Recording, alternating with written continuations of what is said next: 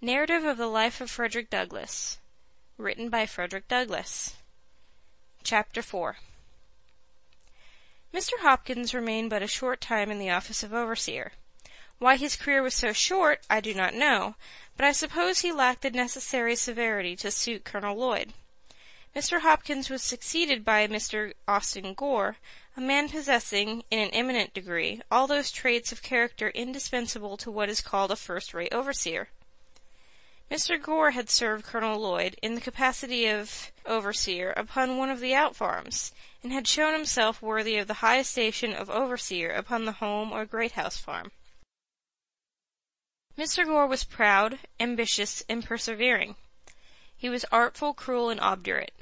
He was just the man for such a place, and it was just the place for such a man. It afforded scope for the full exercise of all his powers, and he seemed to be perfectly at home in it.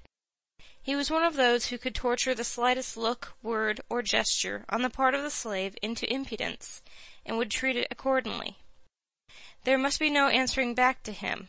No explanation was allowed a slave showing himself to have been wrongfully accused. Mr. Gore acted fully up to the maxim laid down by slaveholders. It is better that a dozen slaves suffer under the lash than that the overseer should be convicted, in the presence of the slaves, of having been at fault.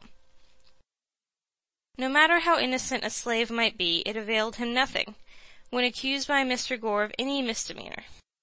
To be accused was to be convicted, and to be convicted was to be punished, the one always following the other with immutable certainty. To escape punishment was to escape accusation, and few slaves had the fortune to do either under the overseership of Mr. Gore. He was just proud enough to demand the most debasing homage of the slaves, and quite servile enough to crouch himself at the feet of the master.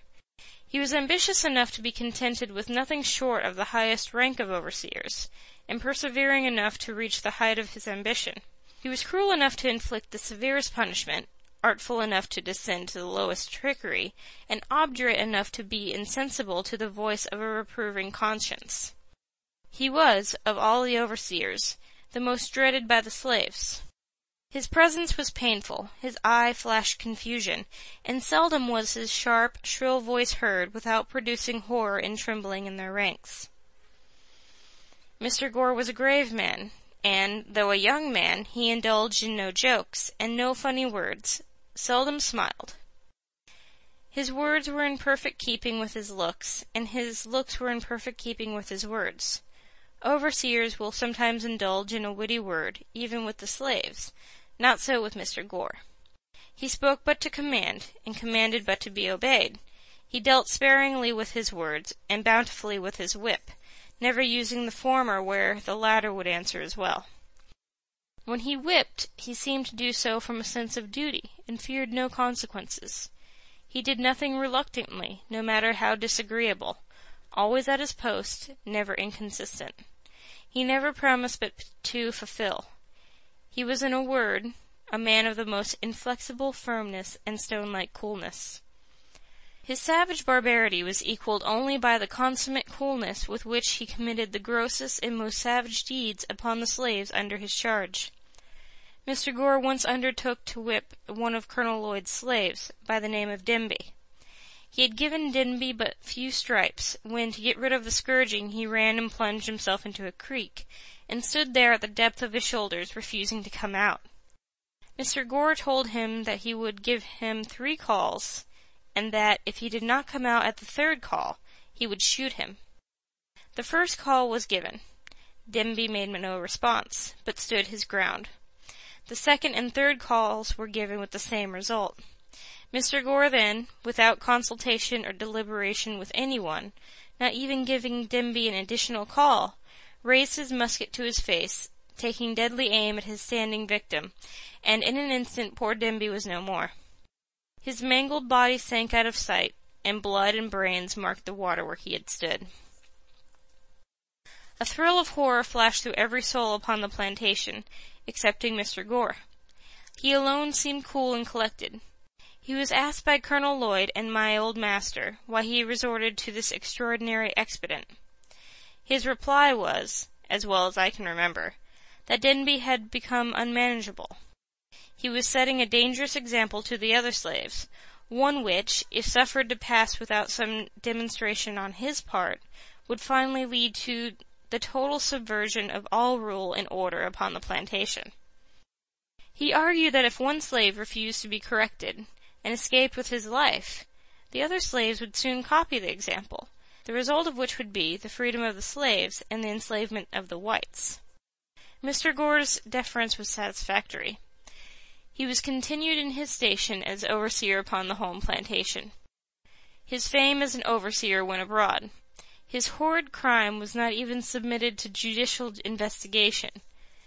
It was committed in the presence of slaves, and they of course could neither institute a suit nor testify against him, and thus the guilty perpetrator of one of the bloodiest and most foul murders goes unwhipped of justice, and uncensured by the community in which he lives. Mr. Gore lived in St. Michael's, Talbot County, Maryland, when I left there, and if he is still alive, he very probably lives there now. And if so, he is now, as he was then, as highly esteemed and as much respected as though his guilty soul had not been stained with his brother's blood. I speak advisedly when I say this, that killing a slave, or any colored person, in Talbot County, Maryland, is not treated as a crime, either by the courts or the community. Mr. Thomas Landman, of St. Michael's, killed 2 slaves, one of whom he killed with a hatchet, by knocking his brains out. He used to boast of the commission of the awful and bloody deed. I have heard him do so laughingly, saying, among other things, that he was the only benefactor of his country in the company, and that when others would do as much as he had done, we should be relieved of the damned niggers. The wife of Mr. Giles Hicks, living but a short distance from where I used to live, murdered my wife's cousin, a young girl between 15 and 16 years of age, mangling her person in the most horrible manner, breaking her nose and breastbone with a stick, so that the poor girl expired in a few hours afterward.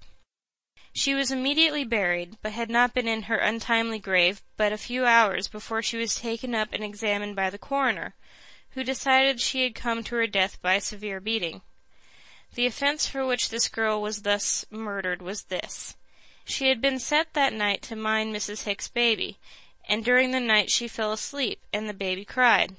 She, having lost her rest for several nights previous, did not hear the crying. They were both in the room with Mrs. Hicks.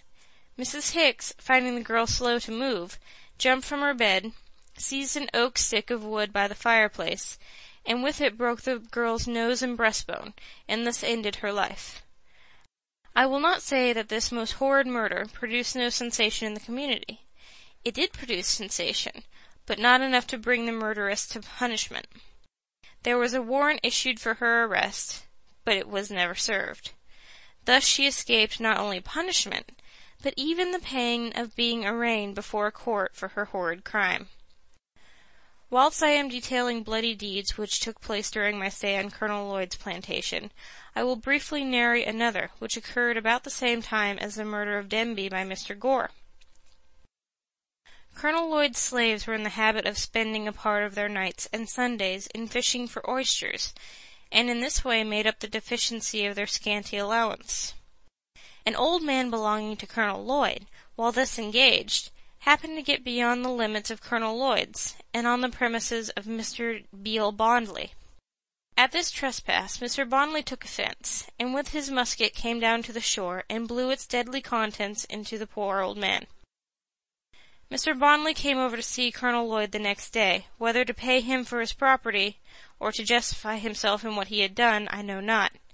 At any rate, this whole fiendish transaction was soon hushed up. There was very little said about it in all, and nothing done. It was a common saying, even among little white boys, that it was worth a half-cent to kill a nigger, and a half-cent to bury one.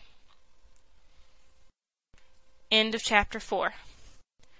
This recording by Jeanette Ferguson on June 7th, 2007.